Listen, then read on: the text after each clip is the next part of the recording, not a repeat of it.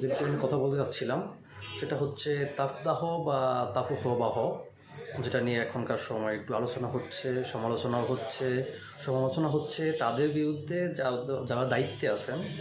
আমরা দেখতেছি যে হিট অফিসার একজন নিয়োগ দেওয়া হয়েছে যে এশিয়া মহাদেশের গত বছর সম্ভবত।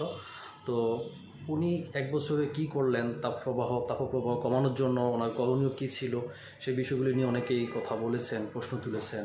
তিনিও মিডিয়ার সামনে তার অবস্থান, তিনি কী করতেছেন, কী পদক্ষেপ বা মানুষকে সৎ পরামর্শ দেওয়ার ব্যাপারেও অনেকগুলি কথা বলেছেন।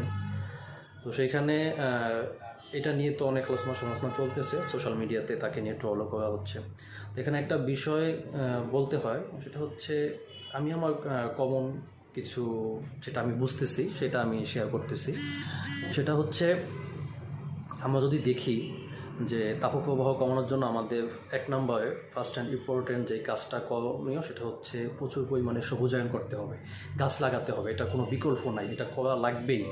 এখন আমাদের দেশে এটা কম, কারণ হচ্ছে আমাদের দেশের যে নির্ধারিত ভূখণ্ড ছিল সেই ভূখণ্ডতে মানুষের বসবাস যত বেশি বেড়ে গেছে, মানুষের প্রয়োজনীয়তা বেড়ে গেছে, মানুষ আধুনিকায়নের জন্য, আধুনিক নগর গড়ে তোলার জন্য, শহর গড়ে তোলার জন্য অনেক বড় বড় স্ট্রাকচার বিল্ডিং হচ্ছে, বিভিন্ন প্রতিষ্ঠান হচ্ছে। তারপরে ফসলি জমিগুলি নষ্ট হয়ে যাচ্ছে, সেখানে মানুষ বাড়িঘর করতেছে। আগে যে পরিবেশ বান্ধব ঘর বাড়ি ছিল, আমরা দেখি মাটির ঘর ছিল, ছোটোখাটো টিনের ঘর ছিল, সেগুলি এখন বড় বড় উঁচু উঁচু বিল্ডিংয়ে পরিবর্তন হচ্ছে। তো এই জায়গাটাতে হচ্ছে এখানটাতে আমরা যদি দেখি তাহলে যে গাছের প্রচুর বিনাশ হয়েছে। তো সবাই গাছটা কাটার সময় খুব স্বতঃস্ফূর্তভাবে গাছটা কাটে, কিন্তু গাছ রোপণের জায়গাতে অনেকেই পিছিয়ে আছে, আবার রোপণের জায়গাও কমে গেছে। তো এই কারণে হচ্ছে তাপপ্রবাহ বাড়তেই আছে, এগুলি কমার কোনো সুযোগ এখানে নাই। তাইলে আমাদের এটা করতেই হবে, সেটা হচ্ছে বিশ্বজুড়ে বা আমরা আমাদের দেশের কথাই যদি বলি, সর্বত্রই হচ্ছে সবুজায়নটা বাড়াতে হবে। এটা হচ্ছে তাপপ্রবাহ কমানোর জন্য এক নম্বর পন্থা, যেটা হচ্ছে একটা উৎকৃষ্ট মানের পন্থা।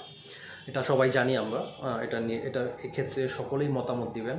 তবে এখানে দুই একটা বিষয় একটু ভাববার বিষয়, সেটা হচ্ছে আমি আমার মতো করে ভেবে দেখলাম যেটা, যে আমাদের দেশে বর্তমানে যে সকল বিল্ডিংয়ের স্ট্রাকচারগুলি তৈরি হচ্ছে সেখানে অধিকাংশই হচ্ছে কাঁচের তৈরি যে বিল্ডিংগুলি হচ্ছে, যেমন থাই গ্লাস দিয়ে, অ্যালুমিনিয়াম গ্লাস দিয়ে এগুলি তৈরি করা হচ্ছে, যেখানে সূর্যের আলোটা সরাসরি পড়ার সাথে সাথে এটার থেকে প্রচুর পরিমাণে তাপ উৎপন্ন হয় এবং তাপটা আবার রিফ্লেকশন করে চলে আসে অন্যদিকে, বিপরীত দিকে। তো বিপরীত দিকে যখন চলে আসে তখন আমাদের নর্মালি বায়ুর সাথে মিশে যায়, তারপরে হচ্ছে জনপদের সাথে মিশে যায়, অন্য বিল্ডিং, অন্য স্ট্রাকচারে এসে মিশে যায়।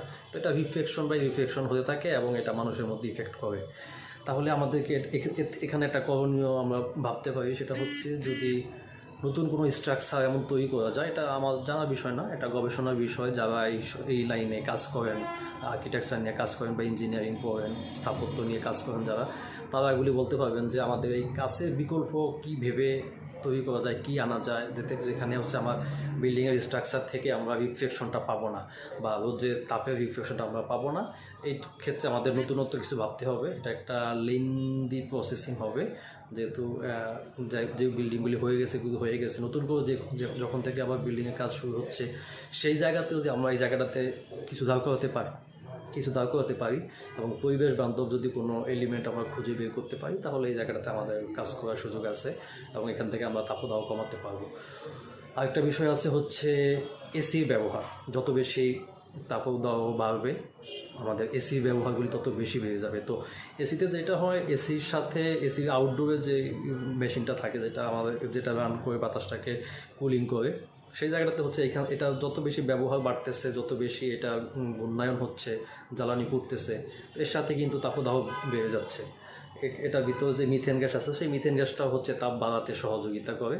তাহলে এইখানে আমাদের একটা ভাববার বিষয় আছে, সেটা হচ্ছে যে এসির ব্যবহারটা আমরা যদি কিছুটা হলেও কমাতে পারি, এসির ব্যাপারটা যদি কমাতে পারি। আর একটা বিষয় হচ্ছে এসি থেকে রিফ্লেকশন কম হয় কীভাবে ব্যবহার করলে, কোন পদ্ধতি বা অন্য কোনো মেশিনারিজ যেটা ব্যবহার করলে এটা থেকে আমরা কমাতে পারি, তারপরে রিফ্লেকশনটা কমাতে পারি, এরকম কিছু যদি আমরা পরিবেশ বান্ধব কোনো যন্ত্র তৈরি করতে পারি, তাহলে সেক্ষেত্রে এটা আমাদেরকে একটা সাপোর্ট দিবে তাপদাহ কমাতে। আরেকটা বিষয় হচ্ছে অধিক পরিমাণে গাড়ি ঘোড়া, যানবাহন চলাচল করা। তো যানবাহন চলাচল করলেও কিন্তু তাপ বাড়ে। কারণ হচ্ছে এখান থেকে তাপ বের হয়, যানবাহন ইঞ্জিন আছে, ইঞ্জিন রানিং হয়, ইঞ্জিন থেকে ধোঁয়া বের হয়, সেখান থেকে গাড়ির মধ্যে এসি চলে, সব বিষয়। আপনি যদি গাড়ির সামনে দিয়ে আমরা যখন হেঁটে যাই তখন দেখি যে আমরা গাড়ির থেকে একটা তাপ যেটা আমাদের শরীরে এসে লাগে, তো এটাও আমাদের বায়ুর সাথে মিশে গিয়ে তাপদাহ বাড়াতে সহযোগিতা করে। তো এইগুলিও কমাতে হবে আমাদেরকে। যানবাহনটা যদি কমানো যায়, বা যদি পরিবেশ বান্ধব, যেমন ইজি বাইকের একটা বিষয় আছে, যদি বাংলাদেশে বিদ্যুতের ঘাটতির কারণে ইজি বাইকটাকে ওইভাবে প্রাধান্য দেওয়া যায় না, বা ইলেকট্রিক যে মেশিনারিজগুলি আছে এগুলি দিয়ে যদি চালানো যায়, তাহলে কিন্তু তেলের রিফ্লেকশন থেকে ইঞ্জিনটা আরেকটু ঠান্ডা থাকবে, আরেকটু থাকবে। এইভাবে এটাও ভাবা যায়। এই জায়গাগুলিতে যদি আমরা কাজ করতে পারি, এগুলিকে যদি আমরা আধুনিকায়ন করতে পারি, পরিবেশ বান্ধব কোনো পদ্ধতি আবিষ্কার করে আমরা সেগুলিকে জনজীবনে ব্যবহার উপযোগী করতে পারি, তাহলে মনে হয় আমরা তাপদাহ থেকে কিছুটা হলেও রিলিফ পাবো। তো যে মূল বিষয়টা হচ্ছে এই বিষয়গুলি যারা গবেষণা করেন, যারা গবেষক আছেন উচ্চ পর্যায়ে, তারা এই বিষয়গুলি ভাবতে পারেন। এবং একই সাথে আমরা যারা সাধারণ মানুষ জীবনযাপন করতেছি, বর্তমান তাপদাহে আমাদের যাদের কষ্ট হচ্ছে, আমাদের উচিত কিছু কিছু বিষয় মেনে চলা, যাতে আমরা আমাদের স্বাস্থ্য, আমাদের পরিবারের স্বাস্থ্য ঠিক রাখতে পারি, আমাদের সমাজে দেশের মানুষকে ভালো রাখতে পারি। সেজন্য সবাই কিছু সৎ পরামর্শ আমরা মেনে চলবো ইনশাআল্লাহ। এটা হচ্ছে বিশেষ প্রয়োজন ছাড়া কেউ যেন বাহিরে ছোটাছুটি না করি, এদিক সেদিক না যায়, সেটা গাড়ি নিয়ে হোক বা নিজে পায়ে হেঁটে হোক অথবা অন্য কোনো মাধ্যমে হোক, এগুলি আমাদেরকে একটু এড়িয়ে চলতে হবে।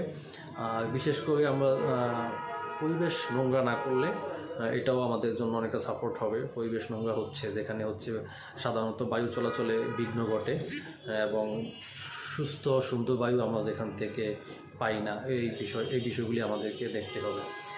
তো আর হচ্ছে আমাদের স্বাস্থ্য ঠিক রাখার জন্য প্রচুর পরিমাণে পানি এবং পানি জাতীয় খাদ্য গ্রহণ করতে হবে। এই বিষয়গুলি আমাদেরকে মেনে চলতে হবে, এবং যতটা রোদ এড়িয়ে চলা যায়, রোদ এড়িয়ে চলানোর জন্য ছাতা ব্যবহার করতে পারি, এইগুলি সবাই পরামর্শ দিচ্ছেন। তো এই বিষয়গুলি আমাদের সবাই মেনে চললে ইনশাল্লাহ আমরা এখান থেকে একটা সাপোর্ট পাবো, এবং সবার সুস্থতা হয়তো যতটুকু সম্ভব আমরা নিজেদেরকে সেফ জোনে রাখার চেষ্টা করবো ইনশাল্লাহ।